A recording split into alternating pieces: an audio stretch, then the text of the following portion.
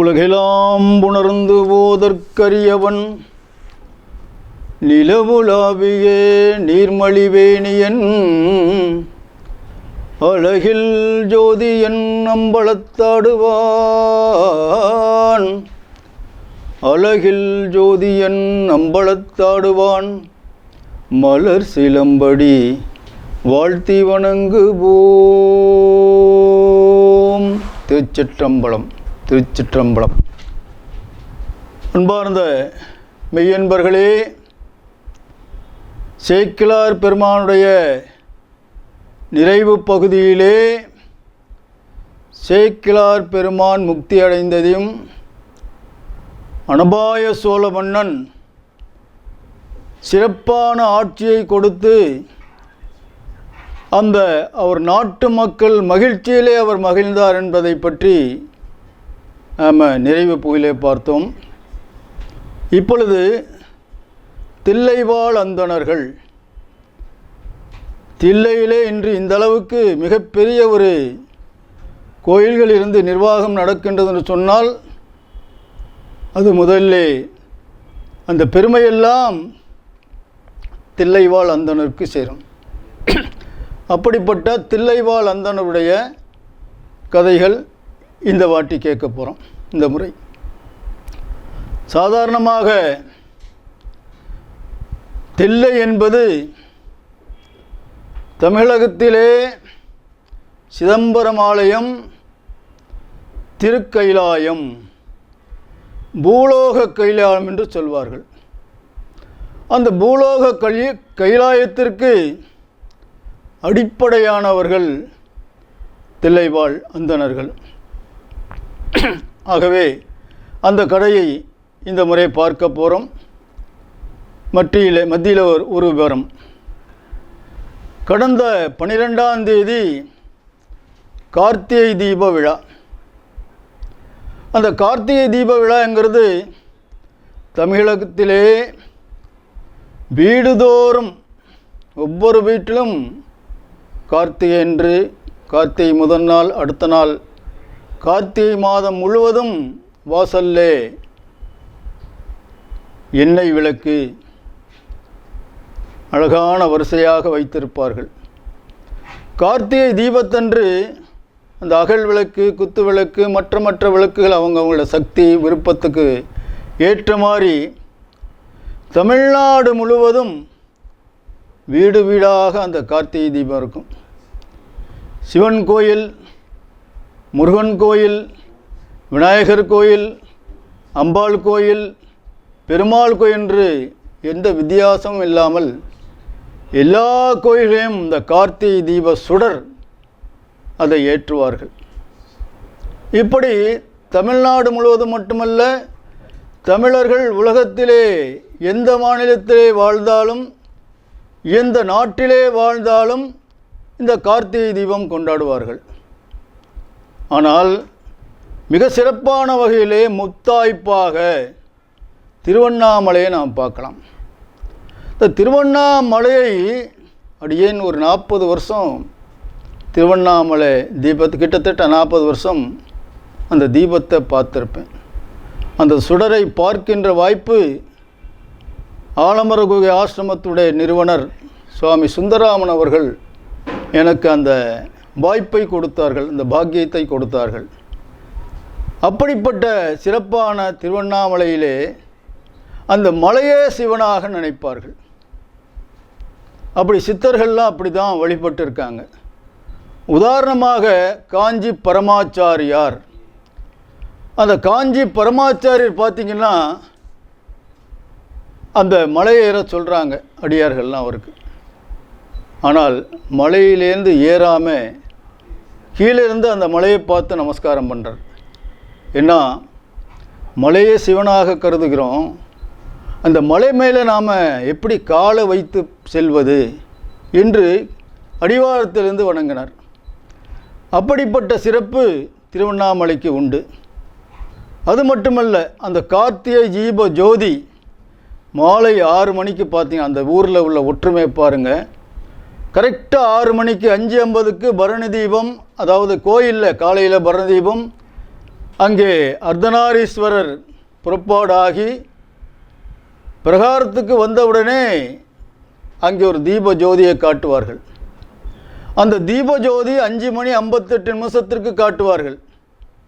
அதே ஜோதி அடுத்த ஒரு நிமிஷத்திலே உச்சி மலையிலே தீபம் காத்தீதும் அந்த ஜோதியாகப்பட்டது பிரகாசமாக ஜொலிக்கின்ற ஒரு காட்சி மட்டுமல்லாமல் அந்த ஊரில் இருக்கின்ற ஆன்மீக ஒற்றுமை பார்த்திங்கன்னா அந்த 5:58 வரைக்கும் ஒரு வீட்டில் கூட லைட்டு போட மாட்டாங்க, மின்சார விளக்கு போட மாட்டாங்க, சாதாரணமாக இருக்கும், ரொம்ப இருட்டாகவும் இருக்காது. அந்த கார்த்திகை ஒளி அந்த பிரகாசம் தெரிஞ்ச உடனே அடுத்த செகண்டு எல்லா வீடுகளில் மின்சார விளக்கு போடுவாங்க. இந்த எண்ணெய் தீபம்லாம் அவங்க எல்லா ஊரில் போடுற மாதிரி மாடியில், வாசலில், தெருக்களில், திண்ணையில் இப்படியெல்லாம் செய்வார்கள். அப்படிப்பட்ட சிறப்பானதொரு தீபம் கார்த்திகை தீபம். அதில் இன்னொரு சிறப்பு என்னன்னு பார்த்தீங்கன்னா அந்த தான தர்மம். அந்த எல்லா கோயிலையும் திருவிழான்னா தர்மங்கள் இருக்கும், ஆனால் திருவண்ணாமலை மாதிரி ஒரு தர்மத்தை பார்க்க முடியாது. அந்த ஆலயத்தை சுற்றி இருக்கின்ற 4 வீதிகள், அதே மாதிரி கிரிவல பாதைகள் ஏறத்தாழ ஒரு 10 கிலோமீட்டர் சுற்றளவில் இருக்கும். கோயிலேருந்து கிரிவல பாதையெல்லாம் சேர்ந்து 10-14 கிலோமீட்டர். அந்த 10-14 கிலோமீட்டரில் காலை உணவு, மதிய உணவு, மாலை உணவு, இரவு உணவு, இப்படி கிரிவல பாதையிலும் சரி கோயிலை சுற்றி உள்ள அந்த முக்கியமான வீதிகளும் கொடுப்பார்கள். இதில் ஒரு முக்கியமான விஷயம் என்னன்னா, ஒவ்வொரு ஊர்களிலிருந்து ஒவ்வொரு சமுதாயத்தில், நாயுடு சமுதாயம், செட்டியார் சமுதாயம், முதலியார் சமுதாயம், சௌராஷ்டிர சமுதாயம், இப்படி பல சமுதாயத்தினர், எப்படி காசியில் பார்த்திங்கன்னா மடங்கள் இருக்கும், அந்த மாதிரி மடங்கள் திருவண்ணாமலையில் இப்போ வளர்ந்து போச்சு. அந்த மடத்தின் மூலியமாக, பல்வேறு ஆசிரமத்தின் மூலியமாக, பல்வேறு சிவனடியார்கள் மூலியமாக, அது மட்டும் இல்லாமல் இப்போ பார்த்திங்கன்னா ஆந்திராவிலிருந்து நிறைய பக்தர்கள் வர்றாங்க. இந்த ஆந்திர பக்தர்கள் கூட இது போன்ற அன்னதானங்கள் செய்கிறாங்க. நம்முடைய ஆலமூருகை ஆசிரமத்தை சார்ந்த ஒரு நிர்வாகி ஒருத்தர் தஞ்சாவூர்கர், அவரும் பார்த்திங்கன்னா எப்படி ஒரு சோதனை இருந்தாலும் சரி, ஏன்னா அந்த நேரத்தில் தான் மழை வரும், அந்த நேரத்தில் தான் புயல் வரும், செய்வதற்கு பலவிதமான தடைகள் வரும். இந்த தடைகள்லாம் மீறி எல்லா பக்தர்களும் அன்னதானம் செய்கிறது மட்டுமல்லாமல், காலையிலே நம்ம தஞ்சாவூர்கர் காலையில் ஒரு உணவு, அதாவது உதாரணமாக சர்க்கரை பொங்கல், வெண்பொங்கல், இட்லி, மாலையில் பார்த்திங்கன்னா சாம்பார் சாதம், மற்ற அதாவது வருகின்ற பக்தர்கள் மகிழ்ச்சியாக சாப்பிடணும், அவங்களுக்கு தேவை என்ன, எந்த நேரத்தில் எது விரும்புவாங்க, அப்படியெல்லாம் பார்த்து காலையிலே தொடங்கி இரவு 9 மணி வரை 10 மணி வரை எல்லாருமே தர்மங்கள் செய்வார்கள். அதாவது நம்முடைய இந்து தர்மத்தில் தர்மோ ரட்சதி ரட்சிதா, தர்மத்தை நாம் காத்தால் தர்மம் நம்மை காக்கும் என்ற அடிப்படை தத்துவத்திலே, அடிப்படை நம்பிக்கையில் தான் இது போன்ற தர்மங்கள் நடக்கின்றது. பக்தர்கள்லாம் அங்கே வர்றாங்க, ஆயிரக்கணக்கான லட்சக்கணக்கான பக்தர்கள் அந்த தீபஜோதியை பார்க்குறாங்க. வீட்டில் இருந்த கூட தொலைக்காட்சி மூலியமாக பார்க்கின்ற வழக்கம் இருக்கின்றது. ஆகவே பக்தர்களுக்கெல்லாம் முடிந்தவரை அந்த தீபத்தை நேரில் காண வேண்டும் என்று சொல்லிக்கொண்டு இது விஷயமாக முடிக்கின்றேன். தில்லைவாழ் அந்தணர்களை பற்றி நாம் பார்க்க போகிறோம். தடக்கை ஐந்துடை தாழ் செவி நீள்முடி, கடக்களிற்றை கருத்துணல் இருத்துவாம் சேக்கிழார் பெருமான். மிக சிறப்பான நகரம், முதல்ல சொன்ன மாதிரி தில்லை நகரம். ஆண்டவன் ஆதியும் அந்தமுமாகி, அளவிலா அளவுமாகி, ஜோதியாய் உணருமாகி,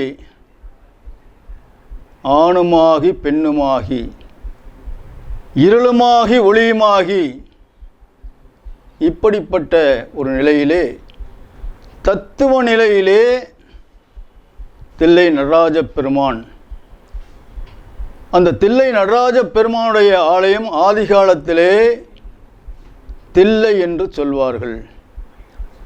தில்லை என்பது தில்லை காடு. அந்த தில்லை காடாக இருக்கும் பொழுது அந்த ஆலயத்தை சிறப்பாக வழிநடத்தி செல்ல வேண்டும் என்ற நிலையிலே தில்லைவாழ் அந்தணர்கள் 3000 பேர். அந்த 3000 பேர் வேதங்களை சிறப்பாக கற்றுக்கொள்வார்கள். ரிக்வேதம், எதிர்வேதம், சாமவேதம், அதர்வண வேதம். அதே போன்று அந்த வேதங்களை கற்றுக் கொடுப்பார்கள். அந்த வேதங்களை ஓதுவார்கள் மட்டுமல்ல, யாகங்கள் செய்வார்கள். 3 விதமான தத்துவ யாகங்களை அவர்கள் மனப்பூர்வமாக செய்வார்கள். அப்படிப்பட்ட சரியை, கிரியை, ஞானம் என்று சொல்கின்ற இந்த 4 விதமான தத்துவங்களிலே அவருடைய வாழ்க்கை இருக்கும். அப்படிப்பட்ட நிலையிலே தில்லைவாழ் அந்தணர்கள் 3000 பேர். அவர்கள் யாருக்காக வாழ்கிறார்கள் என்று சொன்னால், தனக்காக வாழ்வது ஒரு விஷயம், பிறருக்காக வாழ்பவர்கள். இந்த ஆலயம் செம்மையாக வழிநடத்த வேண்டும், அதற்கான பணிகளை செய்பவர்கள் தில்லைவாழ் அந்தணர்கள். அது மட்டுமல்ல, சாதாரணமாக நம்முடைய தெய்வ பக்தர்கள் எல்லாம் உலகத்தில் உள்ள அனைத்து ஜீவராசிகளும், குறிப்பாக மனிதர்கள் சிறப்பாக வாழ வேண்டும். அந்த சிறப்பாக வாழ்வதற்கு தில்லைவாழ் அந்தணர்கள் தவம் புரிவார்கள். அந்த தவத்தின் பயனாக சொல்வார்கள் இல்லையா, நல்லோர் ஒருவர் உலரேல் அவர் பொருட்டு எல்லோருக்கும் பெய்யும் மழை. அதுபோன்ற வேதம் ஓதுகின்ற அந்தணருக்கு ஒரு மழை என்று சொல்வார்கள்.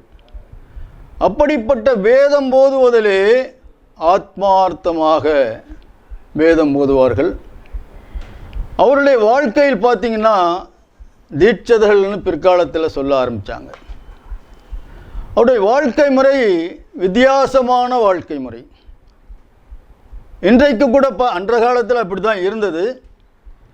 அந்த தில்லைவாழ் நகரத்திலே, சிதம்பரத்திலே, அந்த சிதம்பரம் சுற்றியுள்ள பகுதியிலே, ஆலயத்தை சுற்றியுள்ள பகுதியில் தான் அவர்களுடைய குடும்பங்கள் இருக்கும். தெய்வப்பணி செய்வது தொண்டர்கள் நலனுக்காக,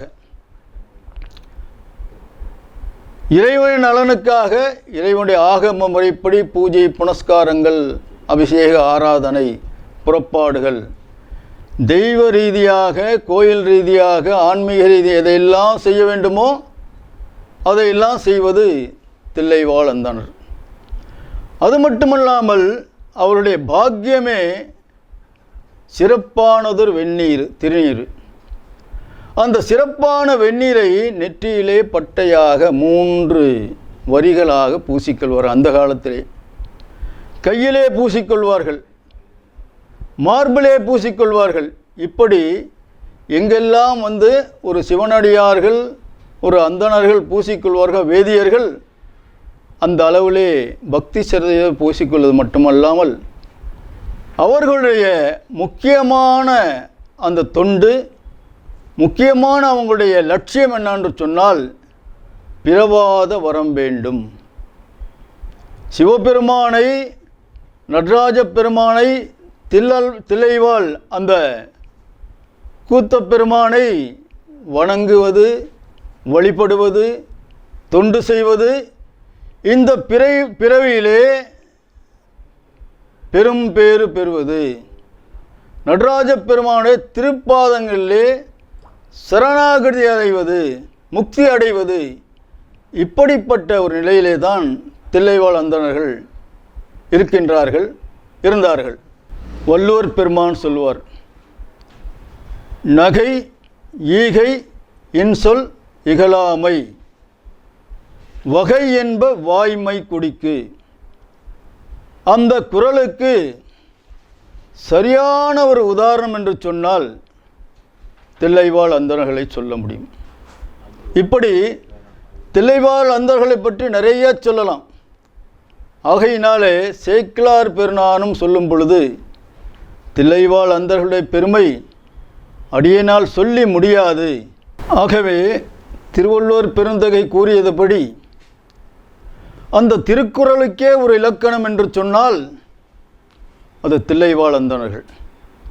அவருடைய வாழ்க்கை முறை, வாழ்க்கை நெறி, வாழ்க்கை தத்துவம் எந்த வகையிலும் பிசகாத ஒரு தில்லைவாழ் அந்தணர்கள்.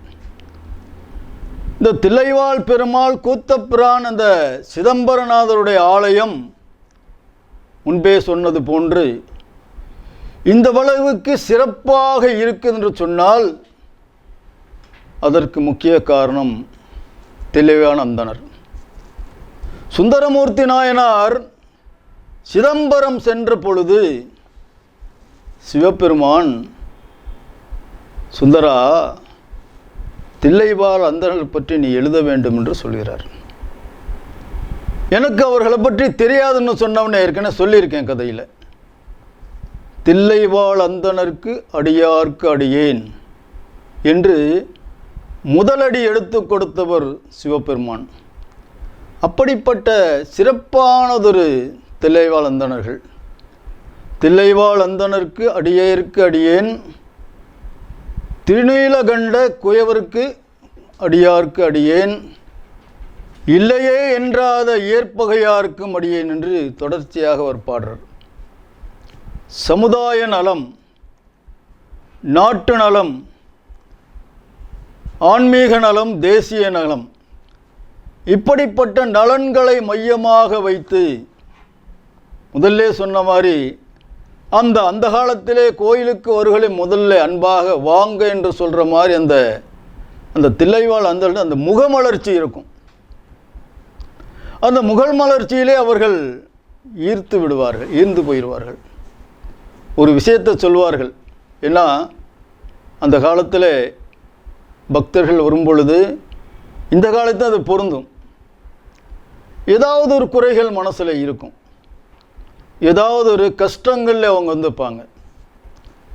தீட்சர்கள் என்ன சொல்வார்கள்னா, நான் கதையில் படித்தேன், அவங்க என்ன நினைக்கிறாங்க இவங்களுக்கு தெரிய வாய்ப்பு இல்லை. இருந்தாலும் கவலைப்படாதீங்க, நீங்கள் என்ன நினச்சி வந்தீங்களோ, என்ன குறை உங்களுக்கு இருக்கோ, நடராஜ பெருமான் உங்களை அந்த கஷ்டத்திலிருந்து காப்பாற்றுவார், வழிகாட்டுவார் என்று சொல்லுவாங்க. அப்போவே அவருக்கு நம்பிக்கை வந்துடும். இன்னும் தில்லைவாழ் அந்தணர்கள் பற்றி சொல்லிக்கொண்டே இருக்கணும். சேக்கிழார் பெருமான் சொல்லும் பொழுது தில்லைவாழ் அந்தணர்களை பற்றி சொல்லி முடியாது, அளவில்லாத பெருமை கொண்டவர்கள் தில்லைவாழ் அந்தணர் அப்படி சொல்லுவாங்க. அப்படிப்பட்ட தில்லைவாழ் அந்தணர்கள் மட்டுமல்ல, அந்த சிதம்பரநாதரை பற்றி, அந்த ஊர் பற்றி ஒரு சின்ன ஒரு பாட்டு, 4 வரி. இந்த 4 வரி பாட்டில் அந்த சிதம்பரநாடுடைய பெருமை அதில் அடங்கி வருகிறது. ஆடுகின்றான் அடி தில்லையிலே, அதை பாட வந்தேன் அவன் எல்லையிலே, திங்களும் ஆட சூளமும் ஆட வரிசடை மீதொரு கங்கையும் ஆட, ஆடுகின்றான் அடி தில்லையிலே. இந்த பாட்டில் ஆடுகின்றான் அடி தில்லையிலே யார்? ஆனந்த கூத்தன், ஆனந்த தாண்டவம் ஆடுகின்ற நடராஜ பெருமான். ஆடுகின்றான் அடி தில்லையிலே, அதை பாட வந்தேன் அவன் எல்லையிலே. சரி, அடுத்து திங்களுமாட சூளமுமாட வரிசடை மீதொரு கங்கை மாட. அவர் ஆடுகின்றப்போ அந்த சந்திரன், அந்த திங்கள் இருக்கிறாரே, அவர் ஆடுகின்றாராம். அவரோடு சேர்ந்து திங்களுமாட சூளமுமாட உமையொருபாகன் சக்தி தேவி, அந்த சக்தி தேவியுடைய சூளம் ஆடுகின்றது. வரிசடை மீதொரு கங்கையுமாட, சிவபெருமானுடைய வரிசடையிலே கங்காதேவி இருக்காங்க. இந்த ஆனந்த தாண்டவன் நடராஜ பெருமா ஆடும் பொழுது அந்த கங்காதேவியும் ஆடுகின்றார்களாம். ஆகவே அப்படிப்பட்ட ஒரு சிறப்பானதொரு நகரம் தில்லை மாநகரம். முதல்ல சொல்லியது பூலோக கைலாயம். அந்த கைலாயத்தை சிறப்பாக காத்து அதை சரியானபடி நிர்வகித்தவர்கள் தில்லைவாழ் அந்தணர்கள். ஆகவே தில்லைவாழ் அந்தணனுடைய பெருமை இன்னும் செல்வதற்கு எவ்வளோ விஷயங்கள் இருக்குது. இருந்தாலும் இந்த அளவிலே முடிக்கின்றேன். திருச்சிற்றம்பலம். திருச்சிற்றம்பலம். அனைவருக்கும் வணக்கம்.